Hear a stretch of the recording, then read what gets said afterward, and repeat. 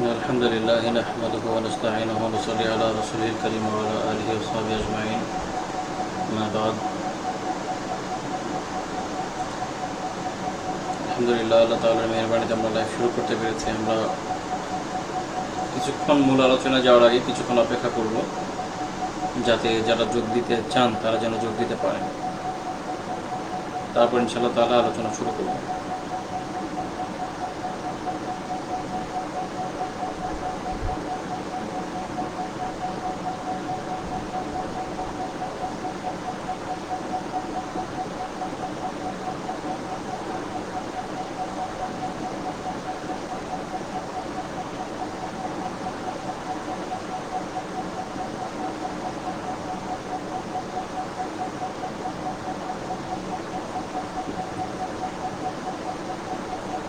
আলহামদুলিল্লাহ মোটামুটি বেশ অনেকেই চলে এসেছেন। ওয়ালাইকুম আসসালাম রহমতুল্লাহি ওয়া বারাকাতুহু। তাহলে আমরা ইনশাআল্লাহ তাআলা আলোচনা শুরু করতে পারি। ইন্নাল হামদালিল্লাহি নাহমাদুহু ওয়া নাস্তাঈনুহু ওয়া নুসাল্লি আলা রাসূলিল কারীম ওয়া আলা আলিহি ওয়া সাহবিহি আজমাইন। আলহামদুলিল্লাহ, গতদিন আমরা আলোচনা করেছিলাম শিরক, কুফর, ফিসক, এই গুরুত্বপূর্ণ বিষয়গুলো নিয়ে। আজকে আমরা ঈমান নিয়ে আলোচনা করব। এরপরে আমাদের যে মূল আলোচ্য বিষয় ছিল যে ঈমান ভঙ্গের কারণ, সেটা আলোচনার পূর্বে আমাদের আসলে বেশি জরুরি এই পরিভাষাগুলো বুঝে নেওয়া। কারণ যে কাফেরই চেনে না, এখনকার সময়ে যে মুসিবত হয়েছে যে অনেকে কাফের বলতে কী বোঝে এটাই বোঝে না, ঈমান বলতে কী বুঝে এটাই বোঝে না। তো এই ধরনের লোকদের জন্য এই বিষয়গুলো ক্লিয়ার করা প্রয়োজনীয় ছিল। তো আমরা আলহামদুলিল্লাহ গতদিন মোটামুটি আলোচনার চেষ্টা করেছি। সামনে ইনশাআল্লাহ তাআলা ভঙ্গের কারণ, ঈমান ভঙ্গের কারণ নিয়ে আলোচনা করব। কিন্তু তার আগে যেটা জানা দরকার সেটা হচ্ছে ঈমান কি। আগে জানতে হবে ঈমান কি জিনিস, তারপরে সেটা ভাঙে কিনা সেটা নিয়ে আলোচনা করা যায়। তো মানুষ যে ঈমান আনার পরেও কাফের হতে পারে, এটা আমরা গত দিনের আলোচনায় পরিষ্কার করেছিলাম কোরআনের বিভিন্ন আয়াত উদ্ধৃত করে। আজকে আলোচনা করব শুধু ঈমান বিষয়ে। তো ঈমান যে আরবি শব্দটি রয়েছে, অর্থ হলো বিশ্বাস, আস্থা, বা ডিকশনারিগুলোতে যেমন লেখা থাকে ধর্মীয় বিশ্বাস, অর্থাৎ কোনো কিছু বিশ্বাস করা, অন্তরে বিশ্বাস করা। কিন্তু যেমনটা এর আগেও বলেছিলাম যে কিছু শব্দের একটা থাকে আবিধানিক অর্থ, যেটা আপনি ডিকশনারিতে শুধু অর্থ হিসাবে পাবেন, আর কিছু অর্থ থাকে যেটা হলো পারিভাষিক অর্থ, অর্থাৎ এটার অ্যাকচুয়ালি অ্যাপ্লিকেবল মিনিংটা কি। বাস্তব দুনিয়াতে যখন আমরা আলোচনায় যাব, ইসলামের ক্ষেত্রে যখন আমরা আলোচনায় যাব, তখন এই শব্দগুলো কি অর্থ বহন করে থাকে, এটা হলো দেখার বিষয়। ঠিক আছে? তো এই হিসাবে ঈমানকেও সংজ্ঞায়িত করা দরকার যে ঈমান আসলে কি জিনিস। তো যেটা সালাফদের বিভিন্ন জন থেকে এভাবে বর্ণিত আছে যে ঈমান হচ্ছে অন্তরের বিশ্বাস, জবানের স্বীকৃতি এবং আমলের পরিণতি, এই তিনটা জিনিসের সমন্বয়। অন্তরের বিশ্বাস, মৌখিক স্বীকৃতি এবং আমলের এর পরিণতিতে নিয়ে যাওয়া, সেটা হলো ঈমান। এগুলো প্রত্যেকটার স্টেজ আছে। এখানে কিছু তাত্ত্বিক আলোচনা থাকে। যেমন কেউ একটা তাত্ত্বিক আলোচনা এভাবে করলো যে আমরা বলছি অন্তরে বিশ্বাস করার পরে মৌখিক স্বীকৃতি দেওয়া জরুরি যে আমি ঈমান এনেছি। যেমন আমরা গতদিন কুফরের 4টা প্রকারের একটা নিয়ে আলোচনা করেছিলাম, যে একটা প্রকার হলো বান্দা অন্তরে বিশ্বাস করে আল্লাহ সুবহানাহু ওয়া তাআলার একত্বের উপরে, কিন্তু মৌখিকভাবে স্বীকৃতি দেয় না।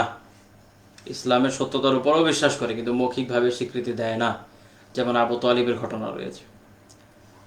তো এই ধরনের কুফর, এটাও কুফর এবং চিরস্থায়ী জাহান্নামে যাওয়ার কারণ। কাজে এটা তো ঈমানের কোনোভাবেই অংশ হতে পারে না, মুখে স্বীকৃতিটা জরুরি। এই কারণে আহলে সুন্নাত জামাতের আকীদাগত যতগুলো মাযহাব রয়েছে, সবাই এই বিষয়ে একমত যে ঈমান হলো অন্তরে বিশ্বাস আর মৌখিক স্বীকৃতির নাম। বাকি আমলে পরিণত করাটা সেটা ঈমানের ইমানের দৃঢ়তার জন্য জরুরি নাকি ওইটাই ইমানের একটা শর্ত হবে, এটা হলো একটা গুরুত্বপূর্ণ বিষয় আলোচনার জন্য। তো এটার মধ্যেও একটা মানুষের ইমান নষ্ট হওয়া বা না হওয়ার অনেক গুরুত্বপূর্ণ আলোচনা নিহিত রয়েছে। প্রথমে যেটা আমাদের মাথায় রাখতে হবে যে যারা কিছু দল আছে মানে মুরজিয়াদের বিশ্বাস হচ্ছে মানুষ যদি অন্তরে ইমান আনে, অন্তরে আন্তরিকভাবে অন্তর দিয়ে বিশ্বাস করে, মুখে যদি স্বীকৃতি নাও দেয়, তারপরও তার ইমান থাকবে। কিন্তু এটা রেওয়ায়াত এবং আকল দুই দিক দিয়েই আসলে অগ্রহণযোগ্য। বরং বিভিন্ন বর্ণনার আলোকে এটাই বোঝা যায় যে মৌখিক স্বীকৃতিটা খুব বেশি জরুরি। এবং রাসূলুল্লাহ সাল্লাল্লাহু আলাইহি ওয়াসাল্লাম সাহাবাদেরকে যখন বিভিন্ন অভিযানে পাঠাতেন, তাদেরকে জিজ্ঞেস করতে হতো অন্যদেরকে যে তারা ইমান এনেছে কিনা। ইমান আনলে তার রক্ত, তার মান-ইজ্জত সবকিছুই নিরাপদ। ঠিক আছে, তো এগুলো প্রমাণ করে যে ইমানটা মুখে এটা জানানো জরুরি, তাসদীক সত্যায়ন করা জরুরি মুখ দিয়ে। তো এখন যাদের কাছে ইমান শুধুমাত্র অন্তরের বিশ্বাস, এই গুরুত্বটা খুব ভালো করে বুঝেন আপনারা। ইমান যাদের কাছে অন্তরের বিশ্বাস, যাদের কাছে মুখের স্বীকৃতি এবং আমল, এই তিনটা জিনিসের নাম, যেহেতু এই তিনটা জিনিসের মিশ্রিতভাবেই ইমান, তাদের মত হবে এরকম যে যদি আমলের ত্রুটি এত মারাত্মক হয় যেটা স্পষ্টভাবে কুফর ও শিরক বোঝায়, এমন আমল যদি করে, বান্দা যদি এমন আমল করে যেটা স্পষ্টভাবে কুফর বা শিরক বোঝায়, সে মৌখিকভাবে যদি বলেও আমি মুসলমান, তারপরও সে কাফের হয়ে যাবে। কেননা তাদের মতে আমলটা তো ইমানের একটা অংশ। এই লোকের আমলটা কুফর প্রমাণ করছে, তাহলে তার এই আমলটা ইমানকে প্রমাণ যেহেতু করছে না, তাই তাকে আর মুমিন বলার সুযোগ নেই। আরেক দল লোক যারা মনে করে ইমান শুধু অন্তরের বিশ্বাস আর মুখের স্বীকৃতি, আমল ইমানের জন্য জরুরি নয়, তাদের কথা কিন্তু ভিন্ন। প্রথম দল যাদের কথা আমি বলেছি, তারা কি বলবে? তারা বলবে যে কেউ যদি সলাৎ ত্যাগ করে, বলবে যে অন্য আমল বাদ, সলাৎ ত্যাগ স্পেশালি আলাদা। কেউ যদি কন্টিনিউয়াসলি সলাৎ ত্যাগ করতেই থাকে বছরের পর বছর, এমনকি ঈদের নামাজও পড়ে না, জুমার নামাজটাও পড়ে না, ফরজ সালাত তো বাদ, এগুলোও পড়ে না, এমন লোকের ক্ষেত্রে তারা বলবে যে এরা ইমানের মধ্যে থাকবেন, এটা কাফের হয়ে যাবে। ঠিক আছে, এখানে একটা ব্যাপার, একটা হলো কেউ কারোর মধ্যে কুফর আসা, এটা এক বিষয়, আর তাকে আমি বলে দিব তুমি কাফের, এটা কিন্তু আরেক জিনিস। এটা সবাই পারবে না, সবার অথরিটি নেই। তো এই জন্য আমরা আজকে এখন যে আলোচনা করতে যাচ্ছি, এই প্রত্যেকটা পর্বে যে আলোচনা করবো, এগুলো আপনারা তাত্ত্বিক অবস্থানে রাখেন। এটা আপনাদের নিজস্ব ব্যক্তিগত অবস্থান নির্ণয়ে সাহায্য করবে, কিন্তু আরেকজনকে তাকফির করতে যাবেন না, সেটা ভিন্ন বিষয়। বা আরেকজনকে বলে দিবেন তুমি কাফের, এটা বলে দেওয়া যাবে না। ঠিক আছে, পরে আলোচনা আবার যাই। তো ওই ধরনের লোক যারা এইভাবে আকীদা পোষণ করে থাকেন, তারা কিন্তু এরকম বিভিন্ন আমল যেগুলো দেখলে কুফর মনে হয়, শিরক মনে হয়, এগুলো দেখলেই বলবে ইমান ভঙ্গ হচ্ছে। আল্লাহ সুবহানাহু ওয়া তাআলার আইনের সাথে কেউ যদি কুফর করে, দেখে কি বলবে? কাফের হবে। আচ্ছা, আরেক দল লোক যারা বিশ্বাস করে যে ইমান হলো কেবল অন্তরের বিশ্বাস এবং মৌখিক স্বীকৃতির নাম। ঠিক আছে, ইতিকাদ বিল জানান, অন্তর দিয়ে বিশ্বাস, ওয়াল কওলু বিল লিসান কিংবা ওয়াত তাসদীক বিল লিসান, এবং মুখ দিয়ে সত্যায়ন করে। এটা যারা এই দুইটা পার্টকে যারা ইমানের অংশ মনে করে, যে এটা দিয়ে ইমান তৈরি হয়, ইমান হয়, তো তাদের বিশ্বাস কি হবে? তাদের বিশ্বাস হবে যে একটা লোক যদি মৌখিকভাবে কুফরের কথা না বলে, মৌখিকভাবে যদি না বলে আমি কাফের, আমি ইসলাম ছেড়ে দিলাম, এরা কিন্তু তাকে কাফের বলবে না, এরা কখনোই তাকে কাফের বলবে না, এবং যথাসম্ভব চেষ্টা করবে একে মুমিন পরিচয় দেওয়ার। যেমন যখন ভারতে গোলাম আহমেদ কাদিয়ানি নিজেকে বুরুজি নবী দাবি করলো, এখানে একটা খুব গুরুত্বপূর্ণ আলোচনা। গোলাম আহমেদ কাদিয়ানি নিজেকে প্রথমে মাহদি দাবি করেছিল, প্রতি শতকে একজন মাহদি আসবেন, না একজন মুজাদ্দিদ আসবেন, সে একজন মুজাদ্দিদ। প্রথমে নিজেকে মুজাদ্দিদ দাবি করলো, পরে গিয়ে সে নিজেকে মাহদি দাবি করলো, তারপরে গিয়ে সে নিজেকে মাসিহ মাউদ দাবি করলো, ঈসা আলাইহিস সালামের। এরপরে গিয়ে সে নিজেকে দাবি করলো সে হলো বুরুজি নবী। বুরুজি নবী কি জিনিস? এর মানে হলো তার ভেতরে নবী সাল্লাল্লাহু আলাইহি ওয়াসাল্লাম তার ভেতরে সমাহিত রয়েছেন। এটাকে হচ্ছে বলা যায় যে অনেকে বলে বসে না যে আমি আল্লাহ, আমার ভিতর আল্লাহ আছে, আলী আউযুবিল্লাহ। তো ওই রকম চিন্তা আর কি, একই রকম কুফর। সে বলছে যে আমার ভিতর নবী সাল্লাল্লাহু আলাইহি ওয়াসাল্লাম আছে, এটা তার লেখাগুলোতে ঘাটাঘাটি করলে জানা যায়। তো তার বিশ্বাস ছিল যে সে হচ্ছে বুরুজি নবী, মনসুর আল্লাহ যেমন বুরুজি খোদা ছিল। তো যাই হোক, যেহেতু সে নিজেকে কাফের বলছে না, যেহেতু সে নিজেকে রাসূলুল্লাহ সাল্লাল্লাহু আলাইহি ওয়াসাল্লাম যা নিয়ে এসেছেন সরাসরি এটা পরিপূর্ণ অস্বীকার করে যাচ্ছিল না, যেহেতু সে নিজেকে কোরআনের বিশ্বাস থেকে সরিয়ে নেয়নি, বলছিল যে না আমি কোরআনকে বিশ্বাস করি। তো তৎকালীন ওলামায়ে কেরাম এই অঞ্চলে যারা, তারা কনফিউশনে পড়ে গিয়েছিল, একে কি তাকফির করবো না কি হিসাবে করবো। তো এই কারণে দেখা যায় যে ইমাম আনোয়ার শাহ কাশ্মীরি রহমতুল্লাহি আলাইহি ইকফারুল মুলহিদিন লিখেছেন, যেটা এই সব ধরনের সংশয়কে দূর করে দিয়েছে। আলহামদুলিল্লাহ, আল্লাহ তাআলা তাকে জাযায়ে খায়ের দান করুন, তার কবরকে নূরের টুকরা বানিয়ে দেন, তাকে জান্নাতের সুউচ্চ মাকাম দান করুন। তো এটা হলো গুরুত্বপূর্ণ বিষয়। তো এই ধরনের পয়েন্ট যাদের, তাদের এটা নিয়ে একটা কনফিউশন তৈরি হয়। তো এরপরে আরেকটা দল আছে যারা মুরজিয়া, যাদের বিশ্বাস হচ্ছে এরকম যে ঈমান শুধুই অন্তরের বিশ্বাসের বিষয়, এমনকি মুখে স্বীকৃতিরও বিষয় না। ঈমান শুধু অন্তরের বিশ্বাস, মুখে স্বীকৃতিও দেওয়া লাগে না। তো এই ধরনের লোকদেরকে দেখবেন যে তারা কি ধরনের কথা বলবে। তারা বলবে একটা লোক সে মুমিন না কাফের আমরা কেমনে জানবো, আমরা তো জানি না, এটা শুধুমাত্র আল্লাহ তাআলাই জানেন। তার কারণ এটা তো অন্তরের বিষয় তাদের মতে। ঈমান শুধু কিসের বিষয়? অন্তরের বিষয়। এই জন্য ঈমানের আলোচনাটা জরুরি, এই জন্য আমি আজকে ঈমানের আলোচনা করব। তো এই ধরনের লোকেরা কি বলবে যে ঈমান শুধু অন্তরের বিষয়, আমরা তো তাকে জাজ করতে পারি না তার বাহ্যিক অবস্থার উপরে, সে কি বললো না বললো তার এক্সপ্লেনেশনের উপরে। হ্যাঁ, এরকম কথা বলে তারা যেটা করবে যে দেখা যাবে একটা লোকের বাইরে যতই কুফর দেখা যাক না কেন, তাকে মুমিন বানানোর চেষ্টা করবে। তো এটা হলো একদম এক্সট্রিম একটা গোমরাহি, একটা গোমরাহ ফিরকার বিশেষত্ব। তো আমরা যদি কখনো ফেরাকে বাতিলা নিয়ে আলোচনা করি, বাতিল ফিরকাগুলো নিয়ে আলোচনা করি, ইনশাল্লাহ এটা নিয়ে আরো বিস্তারিত আলোচনা করব। আপাতত মৌলিক বুনিয়াদী আলোচনা হিসেবে এটুকু মাথায় রাখেন, যে ধরনের বিশ্বাস এক ধরনের লোকের ছিল, তো তাদের বিশ্বাস হচ্ছে যে শুধু ঈমান অন্তরের বিষয়। আমরা এখনো দেখি যে বিভিন্ন গোমরা লোক, বিশেষ করে পশ্চিমে যারা থাকে, তারা ইমানকে শুধু অন্তরের বিষয় হিসাবে প্রমাণের চেষ্টা করে এবং মনে করে যে না এটা তার অন্তরের বিষয় তো আমরা জানি না, সে বাহ্যিকভাবে যাই বলুক যাই করুক, অন্তরের বিষয় তার আমাদের জানা নেই। তো যেহেতু জানা নেই, তাহলে এই বিষয়ে আমরা তাকে জাজ করবো না, এটা শুধু আল্লাহ তাআলার হাতে। কিন্তু মনে রাখতে হবে এটা আহলে সুন্নাত জামাতের অবস্থান নয়। আহলে সুন্নাত জামাতের দুইটা মাযহাব আকীদার ক্ষেত্রে ধরেন, একটা হলো কালামি, একটা আসারি। সহজ কথায় কালামিদের আবার দুইটা ভাগ আছে, ওটা আলাদা বিষয়। তো যারা আসারি, তাদের কথা হলো ঈমান অন্তরের বিশ্বাস, মৌখিক স্বীকৃতি এবং আমলের নাম, তিনটা মিলেই ঈমান। কাজে আমলে যদি কুফর দেখা যায়, আমলে যদি শিরক স্পষ্ট দেখা যায়, তাহলে কাফের হবে। আর যারা কালামি রয়েছে তারা বলবে যে না, আমল না, তারা বলবে যে মৌখিক স্বীকৃতিটা হলে জরুরি, ওটা যদি ঠিক মতো থাকে তাহলে তাকে আমরা মুমিন বলবো। তো যাই হোক, আমি এখন এই বিষয় নিয়ে বাহাতে যাব না, এটা আমাদের আলোচ্য বিষয় না। আমি শুধু বিষয়টা আপনাদের ক্লিয়ার করছি যে যখন দেখবেন আপনি আপনি বিশ্বাস করলেন বা আপনার আমল হলো ইমান, ইমান অন্তরে বিশ্বাস, মৌখিক স্বীকৃতি এবং আমলের নাম, এবং আপনি দেখলেন যে একটা লোক স্পষ্ট কুফরে লিপ্ত আছে, যেমন ধরেন কেউ গণতন্ত্র বা অন্য কোনো ধরনের কুফরগুলোতে লিপ্ত আছে বা অন্য কোনো কুফরে লিপ্ত আছে, এটা দেখে আপনি বললেন যে সে তো কুফরে লিপ্ত আছে, সে তো কাফের হয়ে যাবে। হ্যাঁ, তো এখন আরেকজন এসে বলল না, সে তো কুফরে লিপ্ত না, সে তো নিজেকে ইমানের দাবি করে, সে তো নিজেকে মুসলমান মনে করে, সে তো মৌখিকভাবে নিজেকে দিনের উপরে রাখার চেষ্টা করে। তো তখন আপনার হয়তো আপসেট ফিল হবে, আরে সে কেন এমন মনে করছে, অথচ এই লোকের তো ইমান আমি বাহ্যিকভাবে দেখছি সে কুফরের মধ্যে আছে। তো নিজে হতাশ হয়ে যায়, এটা হতাশ হওয়ার কিছু নাই। আসলে এটা হচ্ছে ডিফারেন্ট স্কুল অফ থট হওয়ার কারণে যেটা হয়েছে।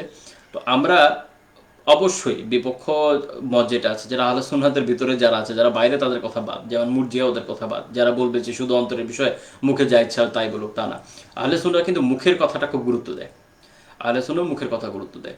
তো মুখের কথাকে যেহেতু গুরুত্ব দেয়, তো আহলে সুন্নাহর আরেকটা যে অংশ রয়েছে, যারা কালামের দিকে একটু বেশি ঝুঁকেছেন এবং যারা মনে করেন মৌখিকভাবে যদি কুফর না করে, মৌখিকভাবে যদি নিজেকে কাফের দাবি না করে, তাহলে আমরা তাকে কাফের বলবো না, তার একটা কাজের তাবিল করার চেষ্টা করব, এরকম অনেক কথা তারা বলবেন। তো এই কারণে আপসেট হওয়ার কিছু নাই, আপনি আপনার বিশ্বাস দৃঢ়ভাবে লালন করেন, তিনি যে বিশ্বাস করছেন করুক তার বিষয়ে। কিন্তু আমরা এক্ষেত্রে সতর্ক অবস্থান নিব, বিশেষ করে বর্তমান জামানায় এসে যখন মানুষ এত বেশি কুফর এবং শিরকে আক্রান্ত হয়ে যাচ্ছে যে এখানে সামান্য ছাড় দেওয়া মুশকিল, এখানে সামান্য ছাড় দেওয়া মুশকিল। এবং ছাড় দিলে কী হবে, মানুষ আরও বেশি কুফর শিরকে লিপ্ত হয়ে যাবে। দেখা যাবে ছোট একটা বিষয় আপনি ছাড় দিয়ে বসলেন, ইমানের একটা বিষয় বললেন যে এটা করলে এটা হতে পারে, এটা ঠিক আছে। কিন্তু তখন যেটা হয় যে এইটাকে সে অনেক দূর বাড়িয়ে নিয়ে যাবে। তো আমরা এটা চাই না, আমরা চাই যেন কুফর শিরকের দরজাগুলো বন্ধ থাকে। একটা মানুষ গুনাহ করুক এক বিষয়, কিন্তু কুফর শিরকে লিপ্ত হয়ে গেল ভিন্ন বিষয়। ইমানের ইমান যদি না থাকে তাহলে তো জাহান্নাম চিরস্থায়ী। এটা আমাদের জন্য সতর্ক থাকতে হয়। তো ঠিক আছে, আমরা ইমানের মোটামুটি কিছু বুনিয়াদী আলোচনার পরে আমরা একটু ইমানের সংজ্ঞার দিকে যাবো ইনশাল্লাহ, বিভিন্ন সালাফ থেকে।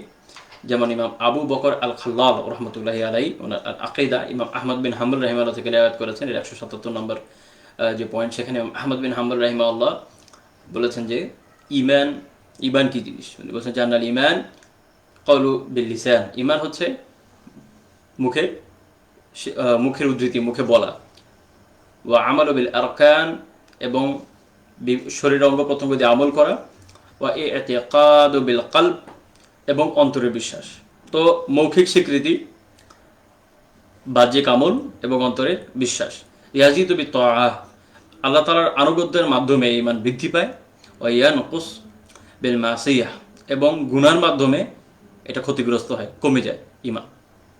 ইলম দ্বারা শক্তিশালী হয় এবং অজ্ঞতা জাহালত দ্বারা দুর্বল হয়।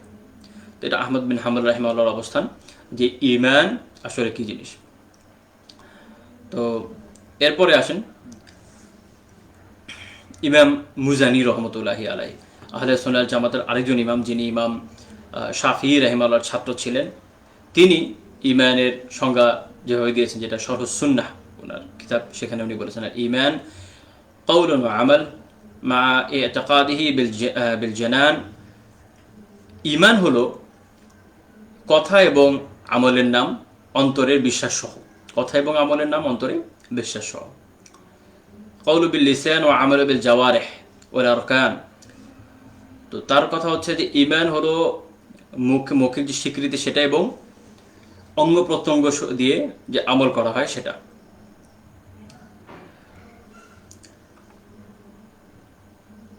তো উনি একটা কথা বলেছেন যে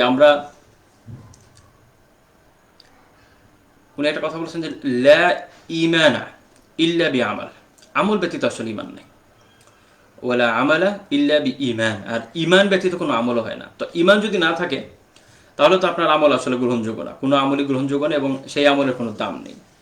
আর যদি আমল না থাকে তাহলে ওই ঈমান দিয়ে আপনি কতদূর কী করবেন, এটা বোঝাতে গিয়ে আর কি উনি এই কথাটা বলেছেন যে ঈমান ব্যতীত আমল নাই, আর আমল ব্যতীত ঈমান নাই। ইমাম শাফঈ রাহিমাহুল্লাহ একই রকম কথাই বলেছেন, যেটা ইমাম ইবনে হাজার আসকালানী রহমতুল্লাহি আলাইহি ফাথুল বারীর প্রথম খণ্ডে 47 পৃষ্ঠায় উদ্ধৃত করেছেন। আল ঈমানু কওলুন ওয়া আমাল, ঈমান হচ্ছে কথা এবং আমল। ইয়াজিদু বিত্তাআহ, আল্লাহ তাআলার আনুগত্য দ্বারা বৃদ্ধি পায়। ও ইয়ানকুস বিল মাসিয়াহ, এবং গুনাহ দ্বারা হ্রাস পায়। তো ইমাম বুখারী রহমতুল্লাহি আলাইহি বলেছেন যে লাকিতু আকসার মিন আলফ রাজুলিন মিনাল উলামা বিল আমসার, বিভিন্ন শহরের হাজারের উপর আলেমের সাথে সাক্ষাৎ করেছি। ফামা রাআইতু আন আহাদা মিনহুম ইয়াখতালিফু ফি আন্নাল ঈমানা কওলুন ওয়া আমালুন ইয়াজিদু ওয়া ইয়ানকুস। উনি বলছেন যে আমি এদের একজনকে এমন পাইনি যারা এই বিষয়ে ইখতিলাফ করেছে, মত পার্থক্য করেছে যে ঈমান কওল এবং আমলের নাম, কথা অর্থাৎ মুখের উদ্ধৃতি, এবং আমলের নাম অর্থাৎ মুখের স্বীকৃতি এবং আমলের নাম, এবং এটা বাড়েও কমে। এটা ফাথুল বারীতে রয়েছে, ওই একই জায়গায় একটু আগে যে কথা বলেছি। তো ইমাম লালকাই রাহিমাহুল্লাহ কিতাব সুন্নাহ, ওনার ওখানে ইমাম শাফি থেকে, আহমদ থেকে, ইসহাক থেকে, আবু ওবাইদ থেকে, আবু যুরআ রাহিমাহুল্লাহ থেকে, এবং আরও অন্যান্য ইমাম থেকে এই ধরনের উদ্ধৃতি এনেছেন। এবং ইমাম ওয়াকিই রাহিমাহুল্লাহ থেকে সহিহ সনদে একটা বর্ণনা আছে যে উনি বলছেন, উনি এটা ইমাম আতা বিন আবি রবাহ রাহিমাহুল্লাহকে বলেছেন যে যে অনেকে বলে যে হাজ্জাজ বিন ইউসুফের ঈমান, উনি বলছেন যে তরা ঈমান আল হাজ্জাজ বিন ইউসুফ মিসরা ঈমান আবি বকর ওয়া ওমর রাদিয়াল্লাহু আনহুমা। যে অনেকে বলছে যে এরকম হাজ্জাজ বিন ইউসুফের ঈমান আবু বকর এবং ওমরের সমান, বা তার মতো, তার অনুরূপ আর কি, মিসল, তার অনুরূপ। তো তিনি তখন বলছেন লা ইয়া বুনাইয়া, হে বেটা, খিয়াতাবু, তা তো মিথ্যা বলেছে। লাইসা ঈমানু মান আতা আল্লাহ আযজা ওয়া জাল্লা কা ঈমানি মান আসাল্লাহ তাআলা। যে আল্লাহ তাআলার আনুগত্য করে তার ঈমান, যে আল্লাহ তাআলার অবাধ্যতা করে তার ঈমান, এটা এক নয়, এক সমান নয়। এখানে একটা গুরুত্বপূর্ণ পয়েন্ট আমি আলোচনা করব। ইমাম আজম আবু হানিফা রাহিমাহুল্লাহ তাআলা, উনি যেমন বলেন যে ঈমান, উনি যেমন বলছেন যে ঈমান বাড়ে না, কমে না, বা ফিক্স থাকে, এটা একটা ব্যাপার আপনাদের মাথায় রাখতে হবে যে এই কথাটার মূল কি। এই কথাটা মূল উনি যেটা বোঝাতে চেয়েছেন সেটা হচ্ছে ঈমান যদি আমরা ধরি এটার একটা মৌলিক সত্তা, এটাকে আমরা যদি একটা একক এন্টিটি মনে করি, তাহলে এটা সত্যি যেটা যা আছে তাই।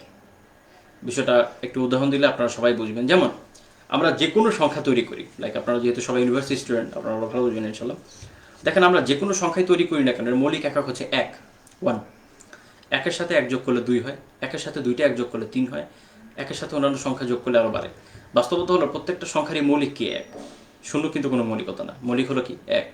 এক থেকে আস্তে আস্তে এটাকে যত আপনি যোগ করবেন তত বাড়বে, তত কমবে। তুমি আবু হানিফা রাহিমাহুল্লাহ যে বলেছেন যে ঈমান একক, যেটা বাড়ে না কমে না, সেটা হচ্ছে এই সেন্সে, যেটা হলো মূল, যেটা ঈমানের যে মূল ভিত্তি সেটা এক, অর্থাৎ ওয়ান। ধরেন এটা হলো ঈমান, যেটা হলো ওয়ান, এটা আমার যা আছে আপনার তা আছে, এবং এটা অত্যন্ত গুণাগার লোক তারও আছে, অত্যন্ত বড় অলিয়া উলিয়া লোক যারা রয়েছেন তাদেরও ওই এককটা কিন্তু সমান। এই সেন্সেই বলা হয় যে জিব্রাইল আলাইহিসসালামের ঈমান আর হাজ্জাজ বিন ইউসুফের ঈমান যদি সে মুমিন হয়ে থাকে তাহলে এক সমান। কি হিসাবে? যে ওই যে এককটা এটা সবারই এক সমান, কিন্তু তাদের যে ঈমানের কুওয়াত, ঈমানের শক্তি, এটা কিন্তু একটা। হাজ্জাজের ঈমানের শক্তি আর জিবরিল আলাইহিসসালামের ঈমানের শক্তি কখনোই এক নয়।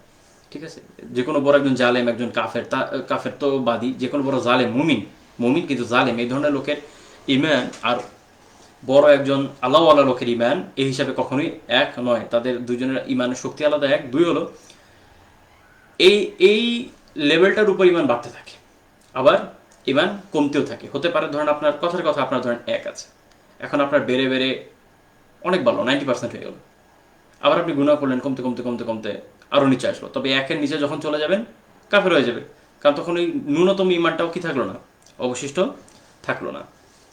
তো এরকম হওয়া থেকে সাবধান থাকতে হবে। তো যাই হোক, আমরা পরে আলোচনা ইনশাআল্লাহ তাআলা আবার ফিরে যাই। তো ওনারা যারা এই কথাগুলো বলেছেন, ওনারা এক্ষেত্রে যে দলিলকে ব্যবহার করেছেন সেটা হচ্ছে, যেমন সূরা তাওবাতে আল্লাহ সুবহানাহু ওয়া তাআলা বলেছেন ওয়া ইযা মা উনজিলাত সূরাতুন ফামিনহুম, যখন কোন একটা সূরা নাযিল হয়, ফামিনহুম মান ইয়াকুল আইয়ুকুম যাদাতহু হাযিহি ঈমানা, যখন কোন একটা সূরা নাযিল হয় তখন তারা প্রশ্ন করে, মুনাফিকরা প্রশ্ন করে যে তোমাদের মধ্যে কার এতে ঈমান বাড়লো। ঠিক আছে? তো এটা ওদের কাছেও কমন একটা কথা ছিল যে ঈমান হ্যাঁ বাড়ে। فأما الذين آمنوا, তো যারা ঈমান এনেছে, فزادتهم ঈমানা, তাদের ঈমান বৃদ্ধি পায়। ওয়াহুম ইয়াস্তাবশিরুন, এবং তারা তাদের সুসংবাদ, এতে তাদের ঈমান বৃদ্ধি পায় এবং তারা আনন্দিত হয়। وأما الذين في قلوبهم مرض, তো যাদের অন্তরে রোগ আছে, নিফাক আছে, যারা মুনাফিক, فزادتهم رجسا, তাদের ভিতরে যে নাপাকি রয়েছে এটা আরও বৃদ্ধি পায়। ইলা রিজসিহিম, আগে যা ছিল তার সাথে আরও বৃদ্ধি পায়। ওয়া মাতু ওয়া হুম কাফিরুন, তো তারা এমন অবস্থায় মারা যায় যখন যে তারা কাফের। তো এখন এখানে যে বিষয়টা, এই আয়াতের উপর ভিত্তি করে ইমাম ইবনে কাসির রাহিমাহুল্লাহ তাফসিরে বলেছেন যে ওয়া হাযিহিল আয়া, এই আয়াত মিন আকবারিদ দালাইলি আলা আন্নাল ঈমান ইয়াজিদু ওয়া ইয়ানকুস, এই আয়াত হচ্ছে সবচেয়ে বড় দলিলগুলোর একটা, যে ঈমান বাড়ে এবং কমে। কামা হুয়া মাযহাবু আকসারিস সালাফি ওয়াল খালাফি মিন আইম্মাতিল উলামা, যেমনটা এটা উলামাদের, ইমামদের, সালাফ এবং খালাফ, পূর্ব যুগের পরবর্তী যুগের অধিকাংশের মাযহাব এটাই। বাল কদ হাকাল ইজমা আলা যালিকা গায়রু ওয়াহিদিন, বরং একজন এরও বেশি লোক, অর্থাৎ একাধিকজন এই বিষয়ের উপর ইজমার দাবি করেছেন। তো ইবনে কাসির রাহিমাহুল্লাহর অবস্থান এইদিকে। সূরা আল ফাতহে এরকম একটা আয়াত আছে, হুয়াল্লাযী আনজালা সাকিনাতা ফি কুলুবিল মুমিনিন, তিনি হচ্ছেন সে যিনি মুমিনদের অন্তরে সাকিনা, প্রশান্তি নাজিল করেন, লিয়াজদাদু ঈমানাম মা ঈমানিহিম, যেন তাদের ঈমানের সাথে ঈমান আরও বৃদ্ধি পায়। আর তাদের যে এক্সিস্টিং ঈমান, একটু আগে যেটা আমি বলছিলাম, যেটা কী হবে, আরও বাড়ে, আবার গুনাহ করতে থাকলে আস্তে আস্তে কমতে থাকে। তো এটা হচ্ছে এই আয়াতের আলোচনা। সূরা আনফালের 2 নম্বরে আয়াত আল্লাহ বলছেন ওয়া ইযা তুলিয়াত আলাইহিম আয়াতু, যখন তাদের কাছে আল্লাহর আয়াতকে তিলাওয়াত করা হয়, যাদাতুহুম ঈমানা ওয়া আলা রাব্বিহিম ইয়াতাওয়াক্কালুন, তখন তাদের ঈমান বৃদ্ধি পায় এবং তারা তাদের রবের উপরে তাওয়াক্কুল করে। তো এটা তো জাহেরবাদ যে যেই জিনিস বাড়ে ওটা কমেও যায়। তো এই কারণে সালাফে সালেহিন এই আয়াতগুলোর উপর ভিত্তি করে এই কথা বলেছেন। এছাড়া হাদিসেও রয়েছে, যেমন সহিহ মুসলিমে 79 নম্বর হাদিস। সহিহ মুসলিমে একটা কথা হচ্ছে, সহিহ মুসলিমে একটা হাদিসের নাম্বারিংয়ের আন্ডার অনেকগুলো রেওয়ায়েত থাকে। তো এটা হলো 79-তে রয়েছে। তো সেখানে রাসূলুল্লাহ সাল্লাল্লাহু আলাইহি ওয়াসাল্লাম বলেছেন, ইয়া মা'শারান নিসা তাসাদ্দাকনা ওয়া আকসিরনাল ইস্তিগফার, হে মহিলারা তোমরা দান খয়রাত করো এবং বেশি বেশি ইস্তিগফার করো। ফাইন্নী রাআইতুকুন্না আকসারা আহলিন নার, কারণ আমি তোমাদেরকে জাহান্নামের অধিকাংশ অধিবাসী হিসেবে দেখেছি, জাহান্নামীদের মধ্যে অধিকাংশ তোমাদেরকে দেখেছি। ফাকালাতিল মারআ মিনহুন্না, তো তখন একজন মহিলা তাকে জিজ্ঞেস করলেন, ওমা লানা ইয়া রাসূলুল্লাহ সাল্লাল্লাহু আলাইহি ওয়াসাল্লাম আকসারা আহলিন নার, আমরা কেন জাহান্নামের অধিকাংশ হলাম? তো তখন তিনি বলছেন, ফাকালা তুকসিরুনা লা'নাহ ওয়া তাকফুরুনা আশিরা ওয়া মা রাআইতু মিন নাকিসাতি আক্লি ওয়া দীনি আগলাবা লিযি লুব্বিন মিনকুন্না। তো তখন রাসূলুল্লাহ সাল্লাল্লাহু আলাইহি ওয়াসাল্লাম তাদের দুইটা কারণ বলেছেন, একটা হচ্ছে যে নিয়ামতের যে নাশকরি, আর একটা হচ্ছে বেশি বেশি লানত করা। তো তিনি বলেছেন যে এটা হচ্ছে আমি আকল এবং দিন এই দুই ক্ষেত্রে এর থেকে নুকসান কমে যাওয়ার, কমতি তৈরি করার মতো জিনিস আর কিছু দেখিনি। তো তখন জিজ্ঞেস করছে, মা নোকসানুল আকল ও দিন, আকল এবং দিনের নোকসান কি? তো আল্লাহ রাসূল ব্যাখ্যা করেছেন যে নোকসানুল আকল হচ্ছে ফাশহাদাতু ইমরাআতাইনি তা'দিলু শাহাদাতা রাজুলিন ফাহাদা নোকসানুল আকল, দুইজন মহিলার যে সাক্ষ্য এটা একজন পুরুষের সমান, এটা হচ্ছে আকলগত নোকসান, কমতি।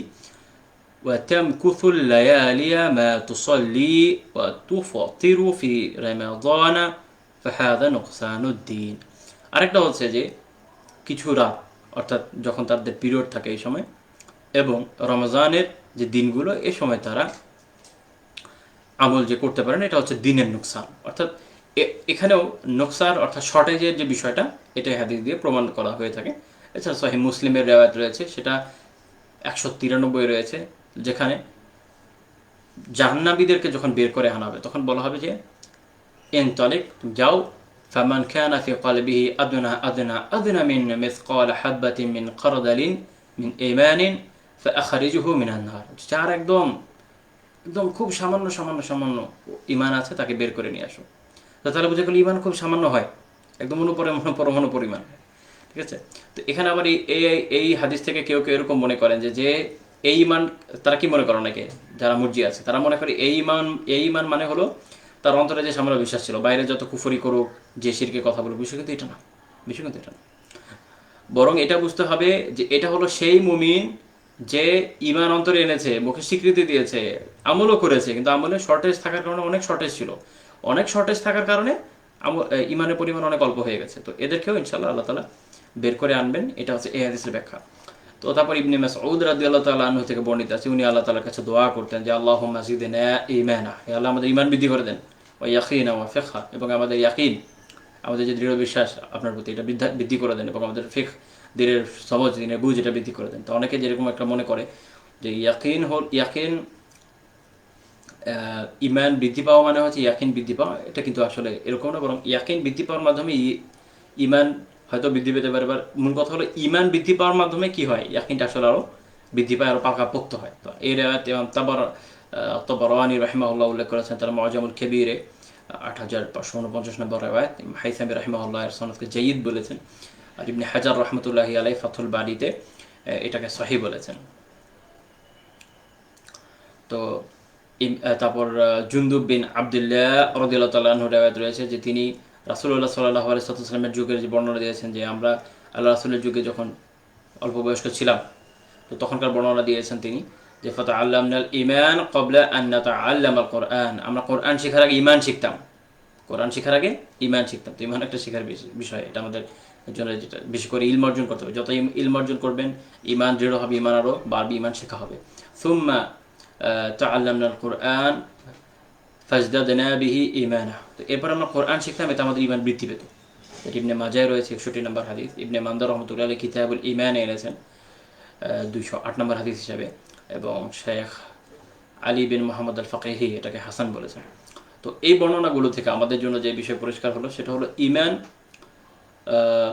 অন্তরে বিশ্বাসের নাম, মৌখিক স্বীকৃতির নাম, এবং আমলে পরিণত করার নাম।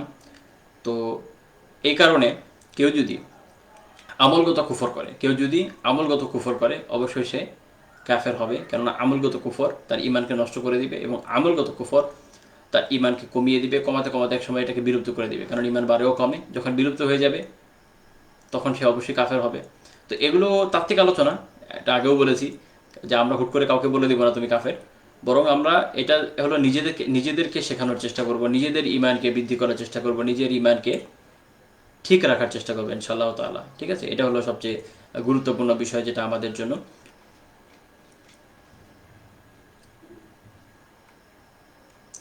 তো এই পর্যন্ত আমি যে আলোচনা করলাম এটা হচ্ছে ইমান বিষয়ক আলোচনা। আজকে আমি আসলে আলোচনা খুব দীর্ঘ করার নিয়ত নিইনি, আজকে আমরা আলোচনা ইনশাআল্লাহ সংক্ষিপ্ত করবো, যেটা আমি আগে থেকে নিয়ত করেছিলাম।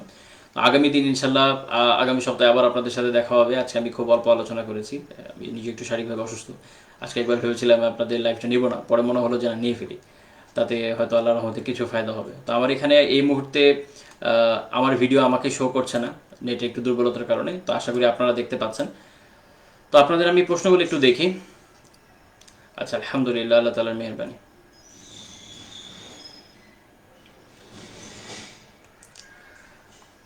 আচ্ছা, হাজি মুদ্দাসির ভাই, হ্যাঁ আমাকে আসলে এক এক জায়গায় এক এক রকম দেখা, এটা একটু সমস্যা, এই কারণে অনেকে অনেক সময় আমাকে দেখে চিনতে পারেন। এটা খুব ভালো একদিক দিয়ে আলহামদুলিল্লাহ। ভালো এই জন্যই যে আমি অনেক সময় এমন অনেক জায়গা আছে যেখান থেকে যাই, গিয়ে ঘুরে চলে আসি, তো তারা আমাকে চিনেও না, বিশেষভাবে কোনো তোয়াজও করে না, খাতিরও করে না, আমার খুব ভালো লাগে আলহামদুলিল্লাহ। কারণ এই যদি আমি খুব স্বাভাবিক একজন সাধারণ মানুষ, কিন্তু দেখা যায় বিভিন্ন কারণে হয়তো অনেকে চিনে ফেলেছে। তো এই কারণে অনেক জায়গায় গিয়ে আমি একটু বিব্রতকর পরিস্থিতিতে পড়ি, নিজের মতো একটু ঘোরাঘুরি করা কঠিন হয়ে যায়। তো এই কারণে যেহেতু আমাকে এক এক জায়গায় এক এক রকম দেখায়, এই সুবিধাটা আমি মাঝে মধ্যে নিই।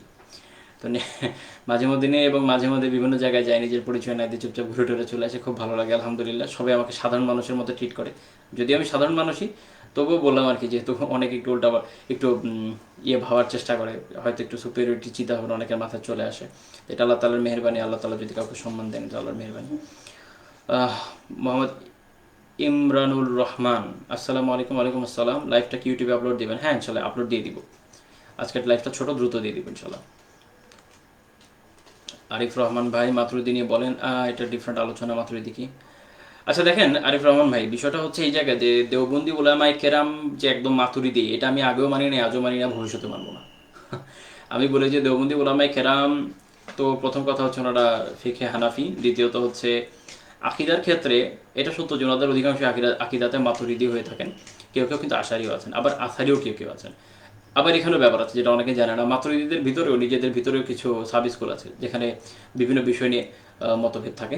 যেমন ধরেন বুখার এবং সমরকন্দ, বুখারার ওলামায়ে কেরাম মাতুরিদিদের মধ্যে ওনারা বেশ কিছু বিষয় এক ধরনের পুরোই অবিশ্বাস রাখেন, আবার সমরকন্দের বিষয়ে যারা ফকিরা রয়েছেন ওনারা কিন্তু আরেক ধরনের বিশ্বাস রাখেন। যেমন ধরেন একটা সহজ কথা হচ্ছে ইমান, ইমান বিষয়ক আকীদা একটা, যেমন ধরেন ইমান কি মাখলুক না গায়রে মাখলুক, এটা এটা এটা একটা বিষয়, তাকদির মাখলুক না বাই গায়রে মাখলুক, এরকম কিছু ব্যাপার আছে। তো এরকম মাসালাতে দেখা যাচ্ছে যে বুখার এবং সমরকন্দের ফকিরা ওনারা যারা মাতুরিদি রয়েছেন তারাই ভিন্ন মত পোষণ করে থাকেন। তো এই জন্য যেটা বিষয় সেটা হচ্ছে দেওবন্দি উলামায়ে কেরামরা এই ক্ষেত্রে দেখা যায় যে কেউ এদিকে যায় কেউ এদিকে যায়। তো মূল যদিও মাতুরিদি, এর ভিতরে কিছু সাবডিভাইডেশন আছে। তো মাতুরিদিদের মধ্যে একটা জিনিস ক্লিয়ার রাখতে হবে যে মাতুরিদিদের একজন ওলামায়ে কেরাম যারা একদম প্রাচীনকাল থেকেই ইসলামের আকিদাকে ডিফেন্ড করার চেষ্টা করেছেন, তারা তাদের মতো করে করেছেন, ইলমুল কালামের উপর ভিত্তি করে করেছেন। তো এই ক্ষেত্রে প্রয়োজনের খাতিরে এদিকে ওইদিকে বা মূল টেক্সট থেকে একটু সরে যাওয়ার চেষ্টা তারা করেছেন বিভিন্ন ক্ষেত্রে, এটা বিভিন্ন রকম ব্যাখ্যা দেওয়া যেতে পারে। তো কেউ একটু বেশি বাইরে চলে গেছেন, একটু বেশি কালাম চর্চা করে ফেলেছেন, কেউ দেখা গেছে একটু বেশি তাবিল করে ফেলেছেন, যাতে কিছু বিভ্রান্তি এসেছে। কিন্তু এটা ওভারঅল সবাইকে বলে দেওয়া যায় না। দেওবন্দি উলামায়ে কেরামের কারো যদি এরকম ত্রুটি থাকে এটা আলাদা বিষয়, কিন্তু এক কথায় বলে দেওয়ার এটা সুযোগ নেই যে দেওবন্দি উলামায়ে কেরামরা মাতুরিদি বলে বিভ্রান্ত, এটা বলে দেওয়ার সুযোগ নেই। যেমন ধরেন যারা আসারি রয়েছেন, আমি নিজেকে আকিদাগতভাবে আমি নিজে আসারি, তো যারা আসারি রয়েছেন বা সালাফি রয়েছেন, তাদের ভিতরে একটা দল আছে যারা কিন্তু মুজাসসিমা, যেটা আমাদের দেশে আহলে হাদিস ভাইদের মধ্যে অনেকে রয়েছে। এরা আল্লাহ সুবহানাহু ওয়া তাআলার জন্য জিসেম, আকৃতি, দেহ এই ধরনের বিষয়কে সাব্যস্ত করে। এগুলো কিন্তু একদম গুমরাহি, যেটা শেখ মোহাম্মদ বিন সালেহ উসাইমিন রহমতুল্লাহি আলাইহি কাওয়াইদুল মুসলা এবং অন্যান্য কিতাবগুলোতে স্পষ্টভাবে বলেছেন, যেটা ইমাম আহমদ বিন হাম্বল রহমতুল্লাহ আলাইহির কিতাবে রয়েছে, যেটা ইমাম ইবনে তাইমিয়া রাহিমাহুল্লাহ বলেছেন। তো এই ধরনের বিভ্রান্তিগুলো কিন্তু তাদের ভিতরে আছে। তা আমি কি এই জন্য বলে দিব যে আহলে হাদিসরা সব বিভ্রান্ত, যেহেতু তারা আসারি? মোটেও না, কারণ আসারিয়াতের ভিতরে আসলে কি নেই, আসারিয়াতের ভিতরে কোনো তাজসিম নেই। আসারিয়াত তাজসিমকে প্রমোট করে না, বরং তাজসিমের বিরোধিতা করে।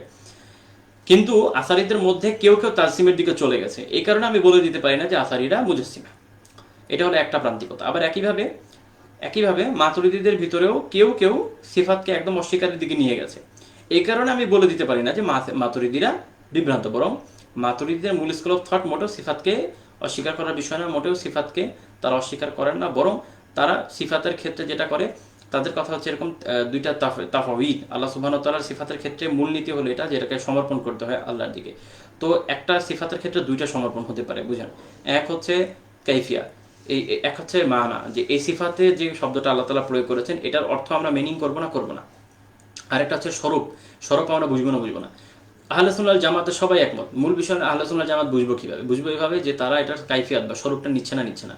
তো আসারি বলেন, মাতুরিদি বলেন, তাদের উভয়ের এটাই অবস্থান যে আহলে সুন্নাহ ওয়াল জামাত এটাই মনে করে যে আল্লাহ সুবহানাহু ওয়া তাআলার এই সিফাতগুলোর মূল স্বরূপ আমরা বুঝিনি, এটা আল্লাহ জানেন, এটা আল্লাহর উপর অর্পণ করে দিয়েছি। বাকি থাকলো যে শব্দগুলো আল্লাহ তাআলা কোরআনে দিয়েছেন, হাদিসে এসেছে, এগুলোকে আমরা মিনিং করব না। তো আসারিরা বলে যেটা আমরা মিনিং করব, মাতুরিদিরা বলে যেটা আমরা মিনিং করব না। কেউ বলে যে আমরা যা আছে তাই বলবো, কেউ একটু তাবিল করে অন্য কোনো অর্থ বানানোর চেষ্টা করে। কিন্তু এই কারণ এটা হলো সামান্য একটা মত পার্থক্য আপনি বলতে পারেন, ঠিক আছে? এখন যদি কেউ বলে যে মাতুরিদিরা এই যে তাবিল করলো বা এটা কিভাবে রাখলো, এর ফলে কেউ এখান থেকে সিফাতকে অস্বীকারের দিকে নিয়ে যাবে, তাহলে তো বলতে হবে যে এদিকেও টেনশন আছে।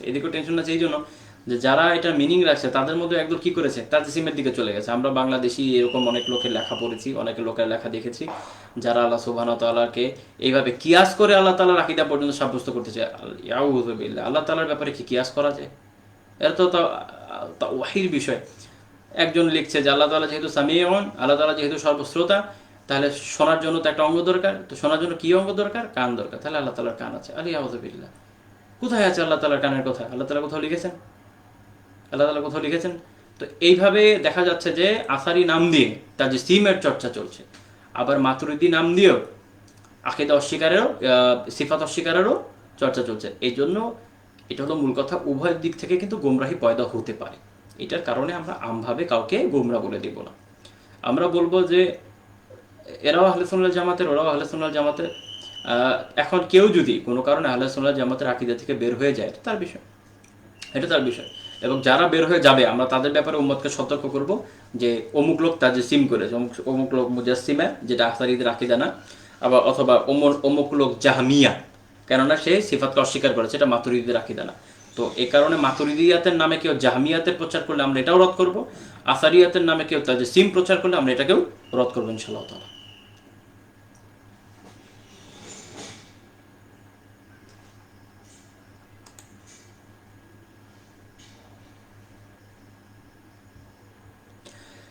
সমকামিতা হারাম কি? স্বেচ্ছায় সমকামিতায় লিপ্ত হলে যদি এটাকে হালাল বলে মনে করে কাফের হয়ে যাবে। আর যদি মনে করে না জিনিসটা হালাল না, হারামি, কিন্তু সে প্রবৃত্তির কারণে করে বসে, তাহলে জেনার মতো এটাও একটা অপরাধ, সে গুনাহগার, তাকে তওবা করে ইসলামে ফিরে আসতে হবে। সজ্ঞানে মনে করে যে সমকামিতার শাস্তি মোটেও মৃত্যুদণ্ড নয়। সমকামিতার দেখেন, প্রথম কথা হচ্ছে সমকামিতার শাস্তি হদ হিসাবে নেই। অর্থাৎ হদ বলতে আমরা বুঝি যে আল্লাহ তাআলা কোরআনে যে শাস্তির উল্লেখ করেছেন সেটা হলো হদ। আর আরেকটা হচ্ছে কোরআন বা হাদিস দ্বারা যেই শাস্তিগুলো নির্ধারিত না, বরং পরবর্তী সময়ে এটা শাস্তিকে ইসলামী শরীয়ত দিয়েছে, সেগুলো হচ্ছে তাজিরের মধ্যে গিয়ে পড়ে। তো সমকামিতার শাস্তিটা কিন্তু হদ না, এটা শাস্তিটা তাজির।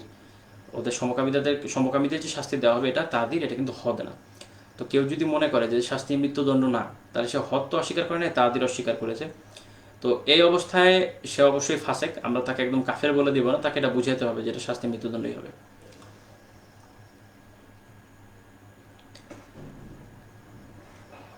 দেখেন, আমরা তাদের নাক গলাবো না, এটা দেশে কি বুঝে এটা আমার আসলে একটু বুঝতে হবে। তো সে যদি মনে করে যে, যেমন এখন একজন লোক মনে করছে যে সমকামীদেরও রাইট আছে, অধিকার আছে, এই অধিকার তাদের দিতে হবে, না, ওদের কোনো অধিকার নেই।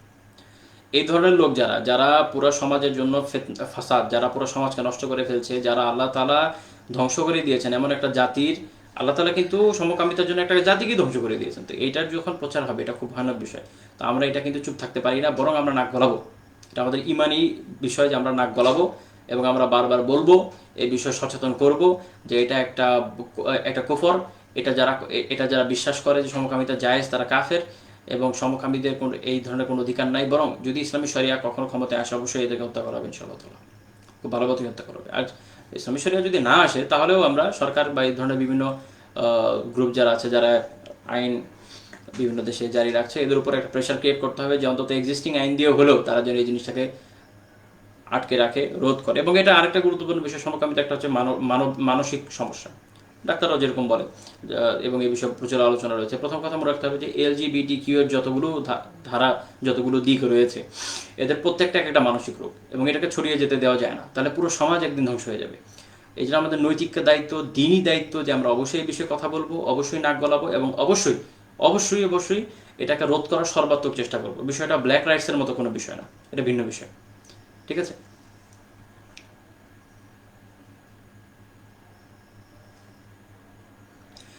অগ্রাহ্য করলো, সে যদি অস্বীকার করে, সে যদি বলে যে না এগুলো আমি মানি না, তাহলে কাফের হবে, জিশান রাজা ভাই। কিন্তু আমরা তাকফির করবো না। তানভীর হোসেন ভাই, এটা হলো একটা ভুল তাফসির এবং এটা ভুল তাবিল। তারা এটাকে আমরা বলবো এটা গোমরাহি। এরকম বিশ্বাস রাখলে এটা গোমরাহি। এখন নবীজি নূরের তৈরি, এটার মধ্যে কিন্তু ভাগ আছে। কেউ মনে করে যেটা হলো জাতি নূর, আল্লাহ সুবহানাহু ওয়া তাআলার নূর থেকে, এরকম যারা মনে করে এরা কিন্তু শিরক করলো। আর কেউ মনে করে যে না এটা একটা আলাদা নূর, যেটা বিশেষ ধরনের নূর, যেটাকে আল্লাহ তাআলা তৈরি করেছেন, তাহলে এটা একটা গোমরাহি। এটাকে আমরা বলবো গোমরাহি আর কি, এটা ভুল তাফসিরের উপরে থাকা। প্রশ্ন থাকলে করে ফেলেন, আজকে যে টপিক এ বিষয়ে ইনশাআল্লাহ উত্তর দেবো।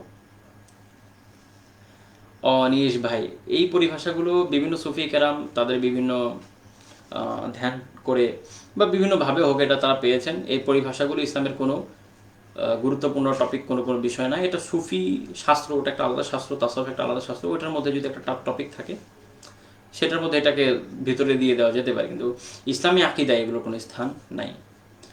তাকদীর নিয়ে আমাদের আজকে আলোচ্য বিষয় না। আর তাকদীর মানে এই না যে আমরা পরিশ্রম করব না, তাকদীরের বিষয়টা মানুষ বোঝে না। তাকদীরের পর এক সময় আলোচনা করা যাবে ইনশাল্লাহ। আল্লাহ তাআলা সর্বত্র বিরাজমান দিয়ে সে কি বুঝে এটা দেখতে হবে। কেউ কেউ মনে করে যে আল্লাহ, যেমন আমি একবার এক লোককে পেলাম, তাকে দেখলাম যে সে বলছে যে আল্লাহ তাআলা সর্বত্র বিরাজমান। তো আমি তাকে বললাম যে আল্লাহ তাআলা যে সর্বত্র বিরাজমান, এটা দিয়ে আপনি কি বোঝেন? আল্লাহ তাআলা কি আপনার আমার সাথে একদম সত্তাগতভাবে আছে?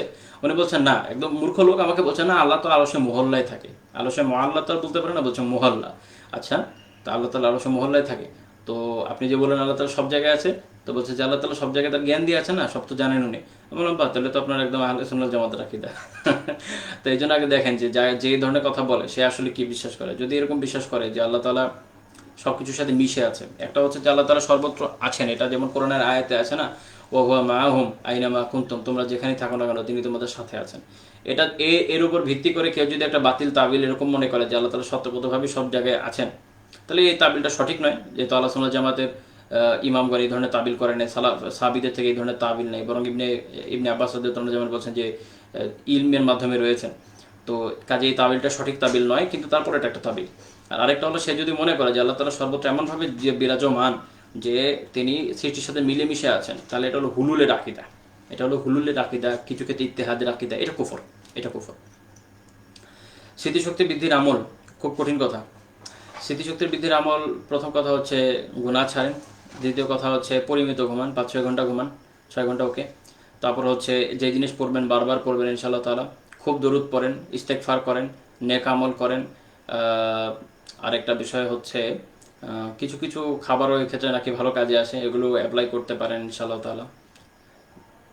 চুইংগাম চাবানো কখনো কখনো ভালো কাজে আসে শুনেছি, তবে আমি এটা অ্যাপ্লাই ওভাবে করিয়ে দেখিনি। তো যাই হোক, পরিমিত পরিমাণ চিনিও এক্ষেত্রে ভালো কাজ দেয়। তো এগুলো আমল করেন। বাকি এটা আসলে ডাক্তারদের বিষয়, তাদের সাথে আলোচনা করলেই ভালো হয়। আল্লাহ তাআলা বরকত দিন ইনশাআল্লাহ। বারবার পড়তে থাকেন, একটা জিনিস বারবার পড়লে ইনশাআল্লাহ একসময় আত্মস্থ হয়ে যাবে, আশা করি সমস্যা নেই ইনশাআল্লাহ।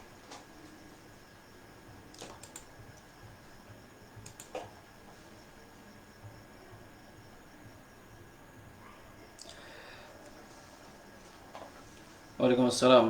যদিও এটা অফ টপিক, তবে উত্তর দিয়ে দিচ্ছি। দেখেন, প্রথম কথা হচ্ছে সুদী ব্যাংকের চাকরি থেকে যে ইনকাম আসে, যে ইনকামটা হালাল না, এটা হারাম। এবং এই হারাম যেহেতু মেয়ে এবং সে নিজে কোনো ইনকাম করতে পারছে না, এই জন্য এটা অপারগ হিসাবে জরুরাত তো বিখন মাহাজুরাত, যেহেতু এটা তো জরুরত যে তাকে তো চলতেই হবে, যেহেতু বিয়ে করতে পারে না কি করবে। তো আপাতত সে পিতারই সম্পদ দিয়ে চলবে। যে ছেলে হলে বলতাম চাকরি করেন, যেহেতু সেই সুযোগ নাই, মেয়ে যেহেতু আপনি বা কোনো মেয়ের জন্য প্রশ্ন করেছেন, তো তার জন্য কথা হচ্ছে যে সে এটা দিয়ে আপাতত চলবে। কোনো কোনো ওলামায়ে কেরাম এভাবে বলেন যে এটা পিতার এই অর্থটাকে ধার হিসাবে ধরবেন, পরবর্তী সময় এক সময় বিভিন্ন হাদিয়া তোফা দিয়ে দিয়ে এই টাকাটা একসময় শোধ করে দিবেন। কঠিন কাজ, বা ট্রাই করে দেখা যেতে পারে। আর আমার একজন ওস্তাদ বলেন যে মেয়েদের জন্য সমস্যা নেই, তারা এটা আপাতত নিতে পারে। বাকি উত্তরাধিকার সূত্রে গ্রহণ করা যাবে কিনা, না, এই আয় দ্বারা গঠিত সম্পদ উত্তরাধিকার সূত্রে গ্রহণ করা যায় না। হারামের সম্পদের কোনো উত্তরাধিকার নেই। যখন এরকম সমস্যা হবে, যখন এরকম উত্তরাধিকার ইস্যু আসবে, তখন কোনো নির্ভরযোগ্য মুফতির সাথে আলোচনা করতে হবে, তারা সলিউশন জানিয়ে দেবে ইনশাল্লাহ তালা। না, এখানে আমরা আর কোনো অফ টপিকে যাবো না ইনশাল্লাহ তালা। তো আমরা এই মুহূর্তে আর কোনো অফ টপিকের আলোচনা যাব না। আমাদের আলোচ্য বিষয় আজকে যা ছিল সেটা হচ্ছে ঈমান। আমরা আলহামদুলিল্লাহ ঈমান বিষয়ক আলোচনা করেছি। আমার আলোচনা আজকে এখানে শেষ হচ্ছে। আমার টপিক থেকে কারো কোনো প্রশ্ন থাকলে প্রশ্ন করতে পারেন, আমি উত্তর দেওয়ার চেষ্টা করবো ইনশাআল্লাহ তাআলা। আর যদি না থাকে তাহলে আমি লিভ নিব ইনশাল্লাহ।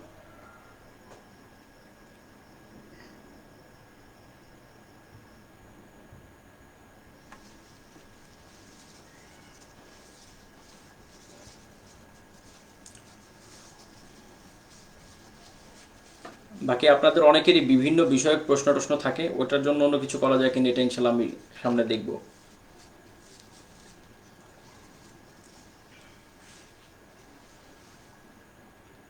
এবং আল্লাহ তাআলা তৌফিক দিলে ইনশাল্লাহ আগামী বুধবার আমরা ঈমান ভঙ্গের সিরিয়াল বাই কারণে আলোচনা শুরু করবো ইনশাল্লাহ। না না, এগুলো কোনো ব্যাপার না। শুনেন, প্রথম কথা হচ্ছে আসারি বলেন, আশআরি বলেন, মাতুরিদি বলেন, এদের মূল আকীদাগত আসলে কোনো পার্থক্য নেই। মূল আকীদাগত আসলে তেমন পার্থক্য নাই। এরা প্রত্যেকেই আল্লাহ তাআলার একত্বে বিশ্বাস করে, এরা প্রত্যেকেই আল্লাহ তাআলার সিফাতকে মানে, এরা প্রত্যেকেই কোরআনকে আল্লাহর কালাম মনে করে, এরা প্রত্যেকেই নবী রাসূল সাল্লাল্লাহু আলাইহি সাল্লামকে আখিরি নবী মনে করে, তার নিয়ে আসা দিনকে মেনে নেয়। এরা প্রত্যেকেই জান্নাত স্বীকার করে, জাহান্নাম স্বীকার করে, মৃত্যুর পর পুনরুত্থান স্বীকার করে, তাকদীরের ভালো মন্দ স্বীকার করে। অর্থাৎ আকীদার যে মুখ্য বিষয়, এটাতে তো কারো কোনো ইয়ে নেই, ইখতিলাফ নাই। কাজেই আমি যেটা মনে করি, আমি জানি অনেকে আমার সাথে একমত হবেন না, কিন্তু আমি যেটা বলি যে এগুলো এমন কোনো বিষয় না যেটার জন্য উম্মতকে টুকরো টুকরো করে ভাগ করে দেওয়া যায়। ঠিক আছে, এইরকম কোনো বিষয় এটা না। এটা একদমই একাডেমিক্যাল বিষয়, এবং আমরা এটাকে একাডেমিক্যাল পর্যায়ে রাখবো। এটার কারণে উম্মতকে কখনোই ভাগ করবো না ইনশাআল্লাহ। একজন আলিম, তিনি আশআরি যদি মূলধারা দেখেন, এখানে একটা ব্যাপার আমি এটা আগেও বলেছি, আবারও বলছি, আশআরি মাতুরিদি এদের প্রত্যেকের মধ্যেই এমন আলিম আছেন, বা এটার মূলধারা যেটা, যারা হকপন্থী, তারা প্রত্যেকেই তো আপনারা চিনেন এই ধরনের আলেমদের। যেমন আসারিদের মধ্যে ধরেন ইমাম আহমদ বিন হাম্বল রাহিমাহুল্লাহ, ইমাম মুজানি রাহিমাহুল্লাহ, বা ইমাম লালকাই রাহিমাহুল্লাহ, বা ইমাম ইবনে তাইমিয়া রাহিমাহুল্লাহ, এটা বড় বড় ইমাম ছিলেন। আশআরিদের মধ্যে ধরেন ইমাম ইবনে হাজার আসকালানী রহমতুল্লাহ, ইমাম নওয়াবী রাহিমাহুল্লাহ, এটা বড় বড় ইমাম ছিলেন। মাতুরিদের মধ্যে ইমাম আবু মানসুর মাতুরিদি রাহিমাহুল্লাহ তাআলা নিজে, আশআরিদের মধ্যে আবুল হাসান আশআরি রাহিমাহুল্লাহ নিজেও রয়েছেন। মাতুরিদের মধ্যে যেটা বলছিলাম, ইমাম আবু মানসুর মাতুরিদি রাহিমাহুল্লাহ, ইমাম ইবনে মাজাহ, হাদিসের ইমাম না, ফিখর ইমাম, ইমাম কামাল ইবনে হুমাম রাহিমাহুল্লাহ, কাসিম ইবনে কুতলুবগা রাহিমাহুল্লাহ, বড় বড় ইমামরা ছিলেন। তো এনারা প্রত্যেকে যারা মূলধারার অনুসরণ করেছেন, তাদের মধ্যে এই মত পার্থক্যটা শুধুমাত্রই একাডেমিক্যালি। এটাকে আমরা হক বাতিলের ইস্যু বলবো না, এটাকে আমরা কি বলবো না, হক বাতিলের ইস্যু বলবো না। এটা হলো বিভিন্ন ফুরু ইখতিলাফ, শাখাগত ইখতিলাফ। আর কিছু লোক আছে যারা একদম গোমরাহ, এদের মধ্যে কিছু লোক আছে, মানে এই দলগুলোর মধ্যে কিছু লোক গোমরাহ আছে। আসারিদের মধ্যে এক দল আছে যারা, যেটা বলছিলাম, যারা মুজাসসিমা, তাজসিম করে, আল্লাহ তাআলাকে জিসম দিয়ে ফেলে, আল্লাহ তাআলাকে শারীরিক একটা সত্তা মনে করে বসে। আশআরি মাতুরিদিদের মধ্যে আছে জাহমিয়া, যারা আল্লাহ সুবহানাহু ওয়া তাআলার সিফাতকে একদমই অস্বীকার করে। তো যারা এরকম গোমরাহের মধ্যে গেছে, এরা তো গোমরাহ। তো বাকি তাদেরকে কি হবে, তাদের সাথে আল্লাহই ভালো জানেন। গোমরাহদের যা হওয়ার আল্লাহ তাআলা তাই দিবেন। আর যারা আহলে সুন্নাত জামাতের মতে হক পন্থার উপরে রয়েছেন, ইনশাআল্লাহ তারা সহজেই জান্নাতে যাবে।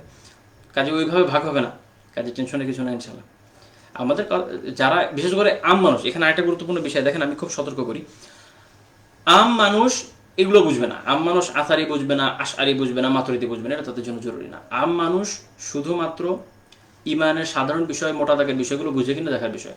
সে আল্লাহ তাআলার উপর আকীদা ঠিকঠাক মতো রাখছে কিনা, আম্বিয়াদের উপরে, কিতাবের উপরে, ফেরেশতাদের উপরে, জিন বিষয়ে, তাকদীরের ভালো মন্দের উপরে, জান্নাত জাহান্নাম এবং পুনরুত্থানের উপরে, এই বিষয়ে তাদের আকীদা ঠিকঠাক আছে কিনা, এটা হলো গুরুত্বপূর্ণ বিষয়।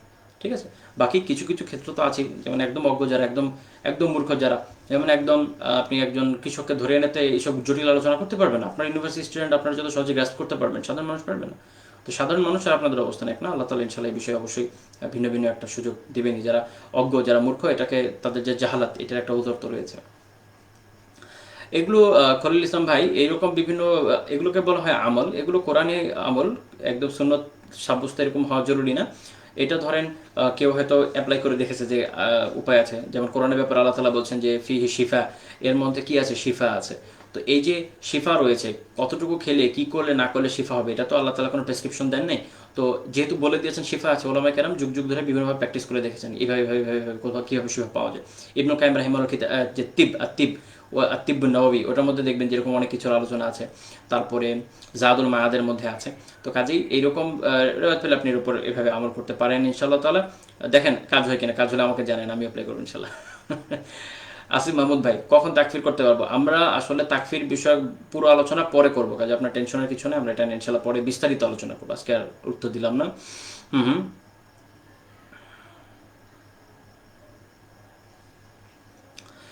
জিসান রেজা ভাই, আসলে আপনি যত আমল করবেন, আল্লাহ তাআলার ব্যাপারে যত ইলম অর্জন করবেন, দিনের যত ইলম অর্জন করবেন, দেখবেন আল্লাহ তাআলার ভয়, আল্লাহ তাআলার মর্যাদাবোধ তত বেশি বাড়বে। আর যত আমল কম হবে, বিশেষ করে আমলটা খুব জরুরি, আর খুব জিকির করা জরুরি, খুব জিকির করা জরুরি। রাসূলুল্লাহ সাল্লাল্লাহু আলাইহি ওয়াসাল্লাম থেকে হাসান সনদে প্রমাণিত আছে, আল্লাহ রাসূল বলেছেন আকসিরু ফি কওলিকা লা ইলাহা ইল্লাল্লাহ, তোমাদের কথার মধ্যে অধিকাংশ কি হবে, লা ইলাহা ইল্লাল্লাহ বলতে হবে। তো আমরা ইনশাআল্লাহ বেশি বেশি লা ইলাহা ইল্লাল্লাহর জিকির করবো, দেখবেন ইনশাআল্লাহ ঈমান অটোমেটিক্যালি বাড়বে। জিসান রেজা ভাই, হ্যাঁ, কেউ যদি পর্দাকে কটাক্ষ করে তাহলে অবশ্যই এটা তাকফিরের একটা ইস্যু, কারণ এটা ইসলামের শিয়ার। আমরা বলে দিব না যে সে কাফের, আমরা বলবো যে সে কুফর করেছে। দুইটার মধ্যে তফাৎ, একটা লোক কুফর করেছে আর একটা লোক কাফের বলার মধ্যে তফাৎ রয়েছে। আমরা বলবো যে এটা কুফর, এবং এই ধরনের যে কফর কথা বলেছে সে কুফর করেছে। কখন ধরা হবে কখন ধরা হবে না, এটা নিয়ে পরে আলোচনা করবো ইনশাল্লাহ। তানভীর হোসেন ভাই, কুদরতি হাত পা বলা, কুদরতি হাত পা বলা আসারি আকিদা না, আমরা সরাসরি বলে দিই যে আল্লাহর হাত আল্লাহর পা, আর কুদরতি বলে সাধারণত মাতুরিদিরা। দুটার মধ্যে কোনো পার্থক্য নেই। মাতুরিদিরা কুদরতি হাত পা দিয়ে এটাই বোঝায় যে এটার মূলে আসলে কি জিনিস, তো আল্লাহ ভালো জানে। আমরা যদিও কুদরতি শব্দটা লাগাই না, কিন্তু আমরাও কিন্তু আসলে একই জিনিসই বলি, সেটা হচ্ছে হাত পা দিয়ে আল্লাহ তাআলা কি বুঝিয়েছেন এটা আল্লাহ ভালো জানেন। আল্লাহ যা বলেছেন আমরা শুধু কপি পেস্ট করছি। আর তারাও যেহেতু মানুষ যেন কনফিউশনে না পড়ে, তাই সামনে একটা কুদরতি শব্দ লাগিয়ে নিয়েছে। এতে কোনো সমস্যা নেই ইনশাআল্লাহ তাআলা। উভয়ের অবস্থান এই ক্ষেত্রে খুব বেশি দূরে না। তো আজকে আমাদের আলোচনা এই পর্যন্তই থাকছে। আমি যদি আজকে তাড়াতাড়ি শেষ করতে চেয়েছিলাম, তারপর 54 মিনিট হয়ে গেছে। ওয়া আখিরু দাওয়ানা আলহামদুলিল্লাহি রাব্বিল আলামিন ওয়া সলাতু ওয়া সালামু আলা রাসূলিল কারীম ওয়া আলা আলিহি ওয়া সাহবিহি আজমাইন। আসসালামু আলাইকুম ওয়া রাহমাতুল্লাহি ওয়া বারাকাতুহু।